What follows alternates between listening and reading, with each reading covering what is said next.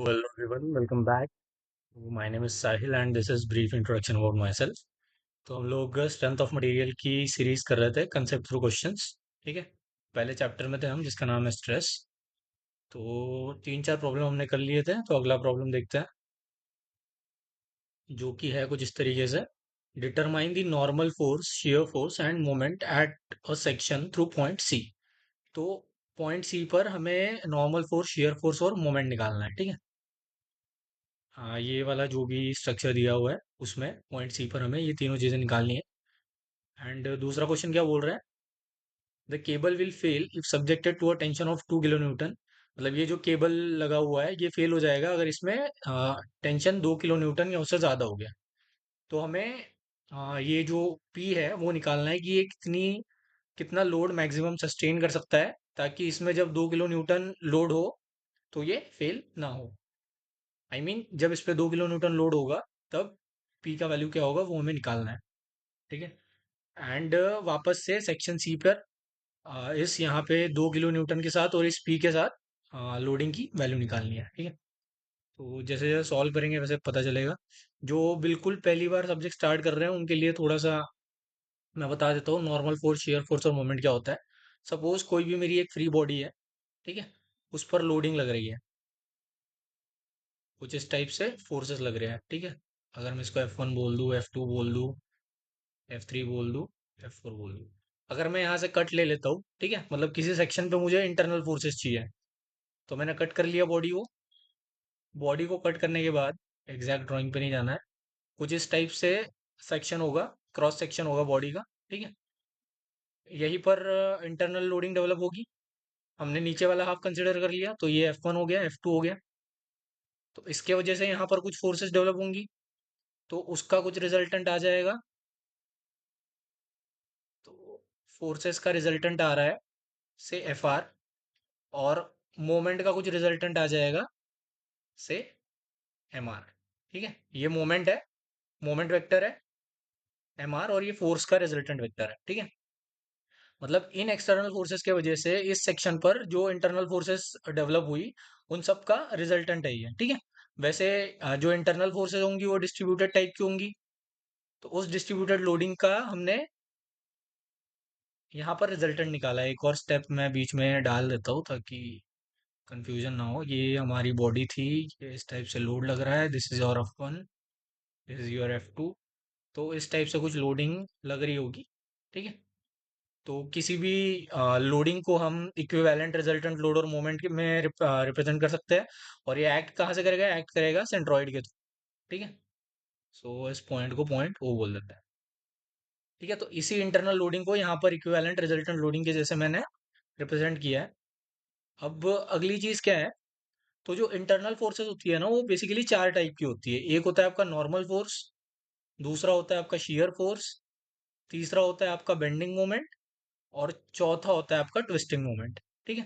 तो क्या क्या टाइप का सीन होगा अगर आप ढंग से इसको देखेंगे? इस फोर्स को अगर मैं normal to the cross section और parallel to the cross section resolve करता हूँ फोर्स को, ठीक है, तो जो normal to the cross section आएगी वो क्या करेगी? बॉडी को या तो उस पे टेंशन क्रिएट करेगी या तो कंप्रेशन क्रिएट करेगी। ठीक है। दो ही टाइप के इफेक्ट क्रिएट कर सकती है। और जो parallel to the cross section होगी, सपोज इस टाइप का क्रॉस सेक्शन है और फोर्स इस टाइप का लग रहा है, मतलब ऊपर वाला सेक्शन नीचे वाले पे इस टाइप का पैरेलल फोर्स लगा रहा है, तो ये क्या ट्राई कर रहा है? शेयर करने का ट्राई कर रहा है बॉडी को। ठीक है। तो ये जो पैरेलल वाला कंपोनेंट होगा इसको हम बोलते हैं शेयर फोर्स, और ये जो नॉर्मल वाला कंपोनेंट होगा इसको बोलते हैं नॉर्मल लोड। ठीक है। ये दो चीजें हो गई। सेम आपका आ जाता है ट्विस्टिंग मोमेंट और बेंडिंग मोमेंट। तो मैं फोर्स को थोड़ी देर के लिए मिटा देता हूँ ताकि ये ट्विस्टिंग मोमेंट और बेंडिंग मोमेंट को विजुअलाइज करना थोड़ा सिंपल हो जाए। ठीक है। तो ये कोई रैंडम डायरेक्शन में आपका मूवमेंट लग रहा है ऐसा मान लीजिए। ये आपका MR हो गया। इसको, इस वेक्टर को अगर मैं रिजॉल्व करता हूँ normal to the cross section और parallel to the cross section, तो जो parallel to the cross section है वो हमारा बेंडिंग मोमेंट होता है, और जो normal to the cross section है वो हमारा टॉर्शन होता है। कैसे? Normal to the cross section मतलब ऐसा मूवमेंट लग रहा है जिसका वेक्टर या तो मतलब जिसका vector perpendicular to the cross section है, आइदर अपवर्ड है या तो डाउनवर्ड है, वो डिपेंड करता है कि हमारा रिजल्टेंट फोर्स कैसा है। मतलब अगर ये बॉडी है ऐसा मान लूं, और जो टॉर्जन वाला वेक्टर है वो ऊपर की तरफ एक्ट कर रहा है, तो उस पे जो ट्विस्टिंग लगेगी वो कैसी लगेगी, इस टाइप से लगेगी, ठीक है। मतलब इस टाइप वाला मूवमेंट लगेगा, और नीचे से उसका इक्वलेंट अपोजिट टाइप का मूवमेंट लगेगा। सेम बेंडिंग के केस में क्या होगा, बेंडिंग के केस में इस टाइप से आ रहा है, मतलब ये क्रॉस सेक्शन है, ठीक है। क्रॉस सेक्शन के जो पैरेलल वाला एक्सिस है उसके अलोंग आ रहा है वेक्टर, ठीक है, इस टाइप से आ रहा है। मतलब वो क्या कर रहा है, बॉडी को बेंड करने का ट्राई कर रहा है। अगर आप विजुअलाइज करोगे, जो एम बी वेक्टर है, ठीक है, आप अगर अपना राइट हैंड लेते हैं, उसको बेंड करते हैं, ऐसे कर्ल करते हैं, तो ये वेक्टर आ रहा है parallel to the cross section, ठीक है, इस तरफ, क्रॉस सेक्शन की तरफ, ठीक है। तो ये कौन सा इफेक्ट क्रिएट कर रहा है, बेंडिंग मूवमेंट क्रिएट कर रहा है। सिमिलरली ट्विस्टिंग वाला क्या कर रहा है, ट्विस्टिंग वाला अगर आप करें, अपना राइट हैंड ले और वेक्टर के डायरेक्शन में थंब को पॉइंट करने का ट्राई करें, तो वो आ रहा है perpendicular to the cross section, मतलब वो ट्विस्ट करने का ट्राई कर रहा है बॉडी को, ठीक है। तो इसलिए नाम ही उनके ऐसे दिए गए हैं। जो बेंड करने का ट्राई कर रहा है उसको बेंडिंग मूवमेंट बोलते हैं, जो ट्विस्ट करने का ट्राई कर रहा है उसको ट्विस्टिंग मूवमेंट बोलते हैं। सो ये होती है हमारी इंटरनल लोडिंग। पूरे स्ट्रेंथ ऑफ मटेरियल में यही चार ही टाइप के लोड होंगे, इससे ज्यादा कुछ होगा नहीं। अब आ जाते हैं हम सवाल पे कि करना क्या है।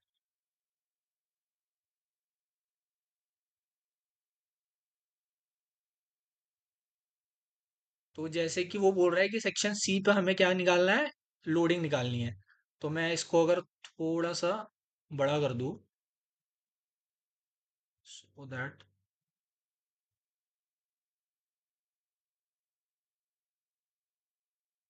ठीक है। तो अगर मैं ये देखूं यहाँ पर सेक्शन सी पर, मतलब सी पर मैं अगर सेक्शन ड्रॉ करता हूँ, ठीक है, तो फ्री बॉडी कंसिडर कर लेते हैं। अगर फ्री बॉडी में भी दो पार्ट है, अगर ये वाला हाफ कंसिडर करेंगे तो रिएक्शन नहीं निकालनी पड़ेगी, ठीक है।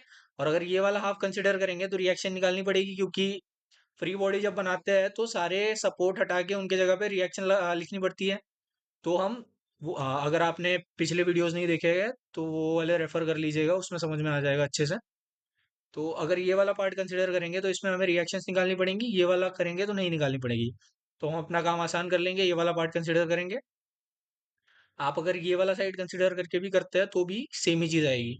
बट हमें वीडियो की लेंथ ज़्यादा बढ़ानी नहीं है, और पिछले काफ़ी वीडियोस में मैंने रिएक्शन के साथ फ्री बॉडी डायग्राम बना के दिखा चुका हूँ मैं, तो बार बार वो चीज़ करने की ज़रूरत नहीं है, बिकॉज ये चीज़ें बार बार आती रहेगी सब्जेक्ट में।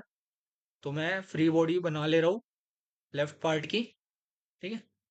ये हमारा कुछ पुली है इस टाइप से, सॉरी फॉर दिस। ये, so this is straight, this is also straight, so it is something like this, ठीक है। ये है आपका स्ट्रक्चर। यहाँ पर आपका एक्ट कर रहा है लोड पी, ठीक है। यहाँ पर हमने बीच में से सेक्शन ले लिया है, तो यहाँ पर टेंशन रहेगा, जो जिसको हम टी बोल देते हैं, इस रोप में जो टेंशन है उसको टी बोल देते हैं। एंड पॉइंट, या तो यहाँ पे जो सेक्शन है वो हमारा सी है, ठीक है। तो सेक्शन सी पर हमें क्या क्या निकालना है, नॉर्मल फोर्स निकालनी है, तो उसको एनसी बोल देते हैं। शियर फोर्स निकालनी है, सॉरी, ये तो शियर फोर्स निकालनी है तो उसको वीसी बोल देते हैं। नॉर्मल फोर्स निकालनी है तो उसको एनसी बोल देते हैं। और मोमेंट निकालना है तो मोमेंट को मोमेंट एट सेक्शन सी बोल देते हैं, ठीक है, क्लियर है। अब डिस्टेंसेस सारे दिए हुए हैं, फिर भी मैं वापस से लिख देता हूँ, इट इज 0.75। और यहाँ से सी तक का भी डिस्टेंस है हमारा 0.75, ठीक है। और यहाँ से यहाँ तक का डिस्टेंस है 0.5।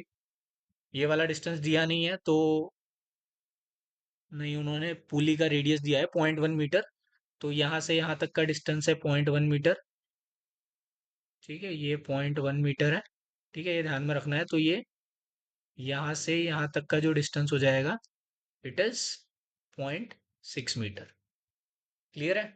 फ्री बॉडी डायग्राम बना दी हमने। इस पॉइंट को क्या नाम दे दे, चलो हमें सी से ही मतलब है, अब नेक्स्ट काम क्या करना है, इसमें अननोन क्या क्या है हमारा। इसमें अननोन है हमारा टी है, पी उन्होंने बोला है कि स्टार्टिंग में 1.6 वाला पार्ट सॉल्व करने के लिए पी की वैल्यू वो बोल रहे हैं 8 किलो न्यूटन ले लो। ठीक है। तो अभी क्या करेंगे। ये स्ट्रक्चर है मतलब इक्विलिब्रियम में है। इक्विलिब्रियम में है मतलब इक्विलिब्रियम वाली कंडीशंस लगाएंगे। क्या होती है, कोऑर्डिनेट एक्सिस सेटअप कर लेते हैं पहले। सपोज इसको बोल देता हूं मैं पॉजिटिव एक्स, और इसको बोल देता हूं मैं पॉजिटिव वाई। ठीक है। तो इसके हिसाब से अगर मैं summation of forces in X direction is equal to zero, मतलब इक्विलिब्रियम कंडीशन के हिसाब से नेट फोर्स इज जीरो। तो नेट फोर्स जीरो है तो उसके कंपोनेंट भी जीरो होंगे। कार्टेशियन कोऑर्डिनेट में कौन कौन से कंपोनेंट आ सकते हैं, एक्स वाई जेड। ये कोप्लेनर वाला केस है इसलिए एक्स और वाई आएगा बस, इसलिए मैंने एक्स और वाई एक्सिस लिया हुआ है। ठीक है। तो उसमें से भी पहला वाला कंपोनेंट ले रहा हूं मैं F X is equal to zero. तो ये वाला पॉजिटिव माना है तो टेंशन तो पॉजिटिव साइड है। बाकी ये जो नॉर्मल फोर्स है वो नेगेटिव साइड है, तो it is minus N C and it is equal to zero. तो आपका टी और एन सी दोनों बराबर है। तो अगर मैं रोप में टेंशन निकाल ले रहा हूँ तो सी सेक्शन पर नॉर्मल फोर्स आराम से निकल आएगा, कोई दिक्कत नहीं है। देन इसको अगर मैं, तो T is equal to N C तो आ गया मेरा F X is equal to zero से, इसको मैं साइड में लिख देता हूँ सो दैट हमारे लिए स्पेस बन जाएगा। So this is your T is equal to N C. Next equation आता है हमारा summation F Y is equal to zero. ठीक है। तो summation F Y is equal to zero के लिए कौन कौन सी फोर्सेस है हमारी, दो ही फोर्सेस है। एक है पॉजिटिव, हमने ऊपर की तरफ माना है तो वीसी पॉजिटिव आ जाएगा तो इट इज वीसी। ठीक है। And next is, so VC is in positive direction और पी आपका आ जाएगा नेगेटिव डायरेक्शन में। और तो कोई वर्टिकल फोर्स है नहीं तो it is equal to zero. तो your VC is equal to P, मतलब जो शियर फोर्स है वो पी वाला जो लोड है उसके बराबर है। तो यहाँ से वीसी की वैल्यू क्या आ जाएगी, वीसी की वैल्यू आ जाएगी पी के बराबर, जो कि यहाँ पे दिया हुआ है 8 किलो न्यूटन। ठीक है। शियर फोर्स तो निकाल ली हमने। अब आती है मोमेंट निकालने की बारी। ठीक है। और हमने नॉर्मल फोर्स भी नहीं निकाला है। तो अभी क्या चीज कर सकते हैं हम, अगर मैं सी के अबाउट लेता हूँ मोमेंट। ठीक है। सी के अबाउट लेता हूँ तो ये वाला भी पिक्चर में आ जाएगा मोमेंट एट सी, जो रिएक्शन निकालनी है हमें। और टी का भी मोमेंट आ जाएगा सी पर। ठीक है। तो इस पॉइंट को अगर मैं एक्स बोल दूं, एक्स नहीं कुछ और बोल देते हैं, इसको क्या बोल रहे हैं, सी डैश बोल देता है। ठीक है। ये वाला जो रूप वाला पॉइंट है, तो इस पॉइंट पर आपको समझ में आ रहा है, अगर मैं इस पॉइंट पर मोमेंट लेता हूँ तो ये जो है एम सी, मतलब मोमेंट एट पॉइंट सी, ये वाला तो आएगा ही, लेकिन इस टी के वजह से भी मूवमेंट आएगा। लेकिन हमें एट दिस मोमेंट टी नहीं पता है और मोमेंट एट सी भी नहीं पता है, तो दो अननोन हो जाएगी और इक्वेशन तो एक ही है। ठीक है। तो उससे सॉल्व करना तो डिफिकल्ट हो जाएगा। तो दूसरा काम क्या कर सकते हैं हम, दूसरा काम ये कर सकते हैं कि हम सी डैश के अबाउट मूवमेंट लेते हैं। तो जब सी डैश के अबाउट मूवमेंट लेंगे तो किस किस फोर्स की वजह से मूवमेंट आएगा। नहीं नहीं, उस केस में भी आपका एनसी तो आएगा ही। ठीक है। बिकॉज एनसी मूवमेंट क्रिएट करेगा सी के अबाउट। तो आपको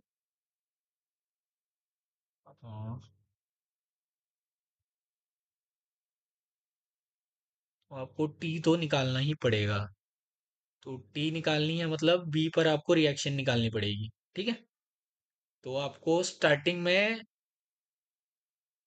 मतलब मैं आपको बना के ही दिखा देता हूँ। अगर मैं एट सी के अबाउट मोमेंट लेता हूँ। ठीक है। Suppose moment at point C is equal to zero, किसी भी पॉइंट के अबाउट ले सकते हैं, मोमेंट जीरो आएगा इक्विलिब्रियम में। तो सी के अबाउट लेता हूँ तो क्लॉकवाइज को अगर मैं पॉजिटिव मान लूँ, ठीक है, क्योंकि क्लॉकवाइज आउटवर्ड की तरफ पॉइंट करेगा। बाकी आपकी मर्जी है, किसको भी कुछ भी मान लो। सो इस पी के वजह से सी के अबाउट क्या मोमेंट आएगा, तो पी फोर्स है। ठीक है। परपेंडिकुलर डिस्टेंस कितना है पी का सी से, यह है 0.75 0.75, मतलब 5 5 10 14 15 5 कैरी वन, तो इट इज 1/5। ठीक है। सॉरी 1.5। तो ये 1.5 मीटर दूर है। ठीक है। ये क्लॉकवाइज है, क्लॉकवाइज पॉजिटिव मान लिया हमने। अभी ये जो एनसी और वीसी है, इसके वजह से तो सी के अबाउट कोई मूवमेंट नहीं आएगा, ठीक है, क्योंकि ये सी से पास हो रही है। इस फोर्स का सी से डिस्टेंस 0 है। टी का क्या आएगा? टी का आएगा काउंटर क्लॉकवाइज मूवमेंट, ठीक है, क्योंकि पी का आप देखेंगे, P it is sorry P counter clockwise आ रहा है और टी की वजह से क्लॉकवाइज आ रहा है, तो काउंटर क्लॉकवाइज पॉजिटिव मान लेते हैं, या तो जो आपको मानना है, मतलब क्लॉकवाइज बोला था मैंने तो इसको नेगेटिव मान लेते हैं। तो पी आपका हो जाएगा काउंटर क्लॉकवाइज मूवमेंट। इस टाइप से लोड लग रहा है, ये इस टाइप से पुल करने की कोशिश कर रहा है। सेम अगर टी को आप देखोगे तो टी इस टाइप से इसको घुमाने की कोशिश करेगा, which is clockwise. So T का क्या आ जाएगा? टी का आ जाएगा टी क्रॉस 0.6, ठीक है, क्योंकि टी का डिस्टेंस कितना है सी से? It is 0.6। और मोमेंट एट सी क्या माना है हमने, मतलब जो रिएक्शन है सी पे, मोमेंट रिएक्शन, उसको क्या माना है हमने? उसको भी हमने माना है काउंटर क्लॉकवाइज, मतलब माइनस माना है, ठीक है। तो it is moment at moment reaction at point C is equal to 0। तो ये आ रहा है इक्विलिब्रियम इक्वेशन सॉल्व करने के बाद। तो दिक्कत कहाँ आ रही है? दिक्कत यहाँ आ रही है कि यहाँ पर हमें टी भी नहीं पता है, ठीक है, और ये रिएक्शन भी नहीं पता है। और जब टी भी नहीं पता है और रिएक्शन भी नहीं पता है, तो ऐसे तो हम निकाल नहीं सकते हैं, ठीक है। तो क्या करना पड़ेगा उसके लिए? फ्री बॉडी डायग्राम बना लेते हैं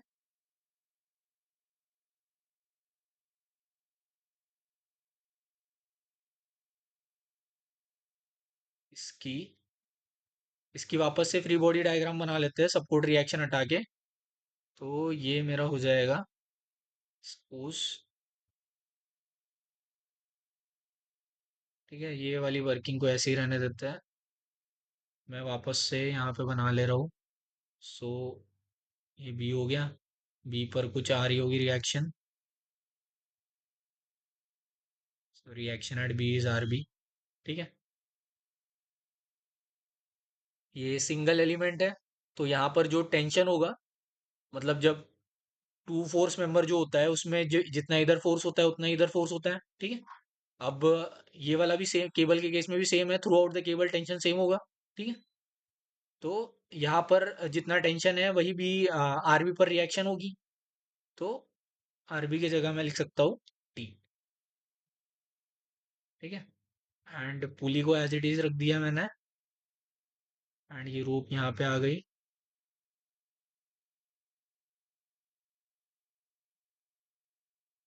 सो इट इज लाइक दिस, पूरा ए तक, this is your point B, this is your point A पर हिंज सपोर्ट है, I guess, yes. So hinge support है, तो it is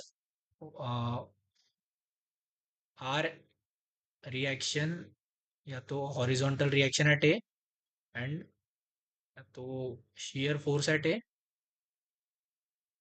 and normal force at A, ठीक है। यही दो चीज आएगी, क्योंकि मोमेंट नहीं आता है इंच पे। एंड ये तो जो है वो है यहाँ पर एज इट इज, एंड ये आ जाएगा आपका पी।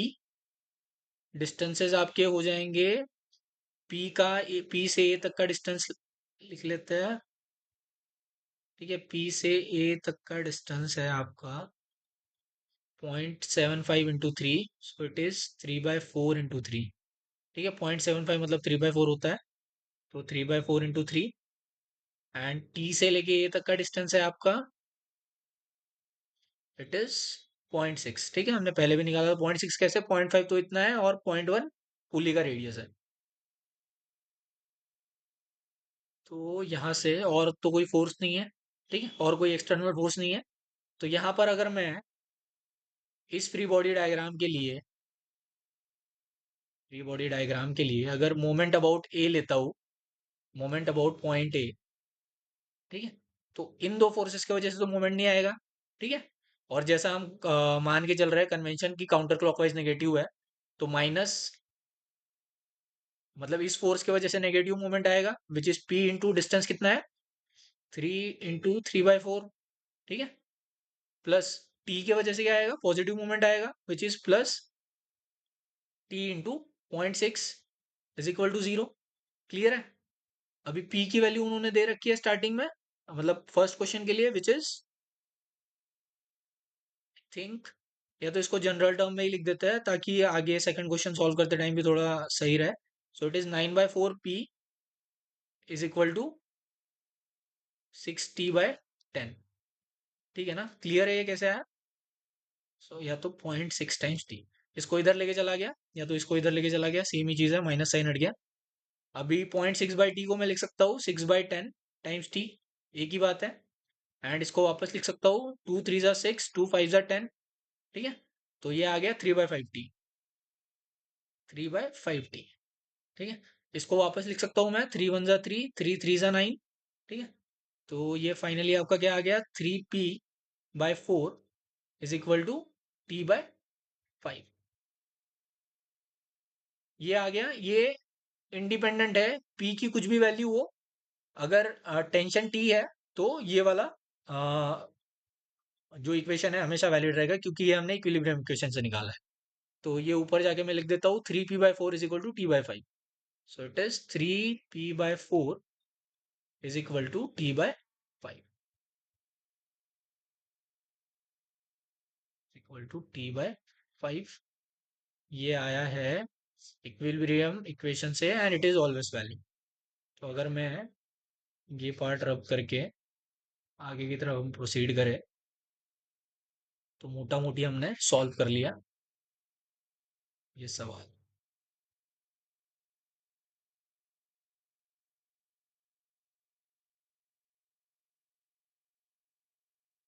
तो यहाँ पर क्या करना है, मुझे सिर्फ टी के जगह पे पी रखना है।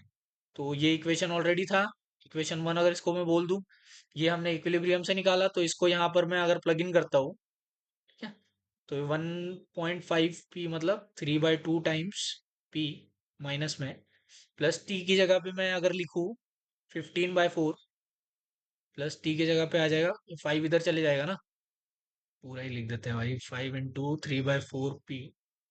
ठीक है, ये टी की वैल्यू आ गई। 0.6 को वापस में लिख सकता हूँ 6/10, और एमसी को इधर ले जाते हैं तो it is moment at point C. तो your this is 3/2 times p plus it is यहाँ से इसको काट देंगे, 5 1 ज़ा 5, 5 2 ज़ा 10। ठीक है, सो दिस इज फाइनली, और ये भी कट जाएगा, 2 1 ज़ा 2, 2 3 ज़ा 6, तो इट इज 9p/4। क्लियर है कैसे आया? 5 1 ज़ा 5, 5 2 ज़ा 10, 2 1 ज़ा 2, 2 3 ज़ा 6। कैलकुलेशन है नॉर्मल, चेक करके देख लेना। एंड ये हो गया मोमेंट एट, मतलब moment reaction at point C. तो यहाँ से आ गया आपका moment reaction at point C is equal to 9p/4 minus, अगर इसको मैं न्यूमरेटर डिनोमिनेटर को 2 से मल्टीप्लाई कर दूं तो इट इज 3 2 ज़ा 6 एंड 4। ठीक है, एक ही बात है, दोनों को 2 से मल्टीप्लाई कर दिया तो ये आ गया। और 9 में से 6 गए तो 3 बचते हैं, तो it is 3p/4। I hope this is clear. तो finally you have your moment reaction at point C. Clear है? तो हमने सारा कुछ निकाल लिया। अब इसका एडवांटेज ना आपको अभी सेकंड पार्ट में पता चलेगा कि हमने सारा अभी तक वैल्यूज पुट क्यों नहीं करी। So moment reaction at point C is equal to 3p/4। Clear है? अब ये भी सबके लिए वैलिड है, क्योंकि अभी तक मैंने p की वैल्यू प्लग इन नहीं करी है। ठीक है, तो डिफरेंट डिफरेंट p अगर हम रखेंगे तो डिफरेंट डिफरेंट मोमेंट की वैल्यू आएगी। ठीक है, तो अब जो पर्पस था क्वेश्चन का, देखते हैं वो सॉल्व हुआ कि नहीं।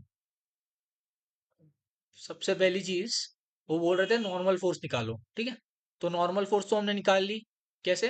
नॉर्मल फोर्स है टी के बराबर। ठीक है, और टी की वैल्यू हमने निकाल ली इक्विलिब्रियम इक्वेशन से। टी की वैल्यू है हमारी 15p/4 के बराबर, with the help of this equation. ठीक है, तो टी निकाल लिया, उसका मतलब हमने क्या निकाल लिया, नॉर्मल फोर्स निकाल ली। ठीक है, नॉर्मल फोर्स निकाल ली। बाद में दूसरी चीज क्या बोल रहे हो, वो दूसरी चीज बोल रहे हैं shear force. Shear force already निकाल ली है, शेयर फोर्स हमेशा सेक्शन सी पर पी के बराबर आएगा। ठीक है, एंड तीसरी चीज बोल रहे हैं मोमेंट रिएक्शन निकालो।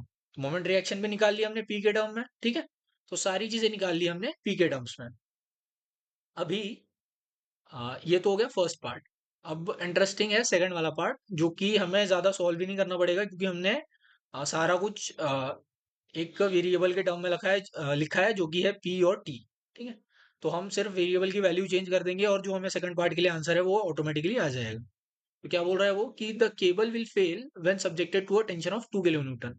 मतलब ये जो केबल है ये फेल हो जाएगा, मतलब टूट जाएगा। ठीक है, अगर 2 किलो न्यूटन से ज्यादा मैं लोड लगाता हूँ इस चीज पर। ठीक है, सपोज मेरा ये केबल है, इसको मैं खींच रहा हूँ पहले ऐसे, अभी तो स्लैग कंडीशन में है, इसको खींचा मैंने और जोर से खींचा, एक ऐसी लिमिट आएगी कि इतने जोर से लोड लगा रहा हूँ कि ये टूट जा रहा है, फेल हो जा रहा है। मतलब फेल होने का मतलब यहाँ डिफॉर्म होना भी हो सकता है, उतने डेप्थ में हम बाद में जाएंगे। बट पॉइंट ये है कि वो फेल हो जा रहा है 2 किलो न्यूटन पे। तो अगर टेंशन की वैल्यू इस रोप में 2 किलो न्यूटन हो जाती है, ठीक है, तो ऐसी मतलब उस सिचुएशन में पी की वैल्यू क्या आएगी वो पूछ रहा है वो बस। ठीक है, एंड बाद में उस पी की वैल्यू के साथ हमें सेक्शन सी पर शियर फोर्स, नॉर्मल फोर्स और मोमेंट निकालना है। यही है। तो क्या हो जाएगा हमारा, सारा कुछ सेम रहेगा क्योंकि हमने सारे जनरल टर्म में लिखा है। अब वो बोल रहे हैं कि जब when tension is equal to 2 kilo newton, then P is equal to question mark, P की वैल्यू क्या होगी।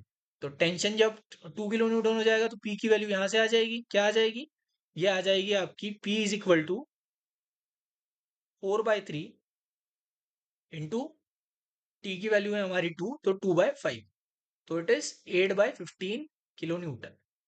ये आ जाएगा मेरा लोड। ठीक है, आई होप दिस इज क्लियर। कुछ तो ब्लंडर किया है इसमें, एक second. So T 2 kilo Newton रखा है। हाँ ठीक है, तो मतलब जब इनिशियली टी कितना था देख लेते हैं। इनिशियली जब 8 किलो न्यूटन लगाया था, तो it is 3 into 8/4 equal to T/5। 4 4 to the 8, 6 5 equal to T. T is equal to 5 6 30 kilo newton. So first condition में टी की वैल्यू 30 किलो न्यूटन थी।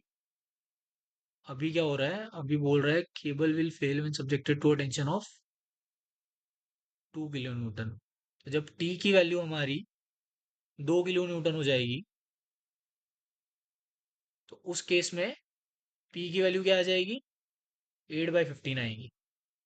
ठीक है, मतलब अगर ऑलरेडी प्री स्ट्रेस्ड कंडीशन में है हमारा केबल, तो उस केस में सिर्फ हम इतना लोड अप्लाई कर सकते हैं। ठीक है, जिसकी वैल्यू है 8/15 न्यूटन। और रिएक्शन सारी इन्हीं इक्वेशन से आ जाएगी, यहाँ पर सिर्फ आपको पी की वैल्यू चेंज करनी है। ठीक है, यहाँ पर पी की वैल्यू आ जाएगी 8/15। सो यहाँ पर एनसी आपका आ जाएगा टी के बराबर, which is nothing but 2 kilo Newton. ये आ जाएगा आपका 8/15, और मोमेंट आ जाएगा 3/4। पी की वैल्यू है 8/15। सो it is 3 1 3, 3 5 15, 2 1 2, 2 4 8, so it is 2/5। तो ये आ जाएगा मोमेंट आप। ठीक है, तो आई होप अब क्लियर हुआ ये सारी चीजें। तो that all about this question. अगर इससे हम ये लर्निंग ले सकते हैं कि अगर हम जनरलाइज टर्म में रखते हैं वेरिएबल्स हम सारे, तो कोई भी वैल्यूज हमें दे दे प्लग इन करने के लिए, वो फाइनली हम प्लग इन करके आंसर पे आ सकते हैं फाइनल। ठीक है, तो वापस से रिकैलकुलेट करने की जरूरत हमें नहीं पड़ेगी। So I hope this is clear, and stay tuned for next video. Thanks for watching.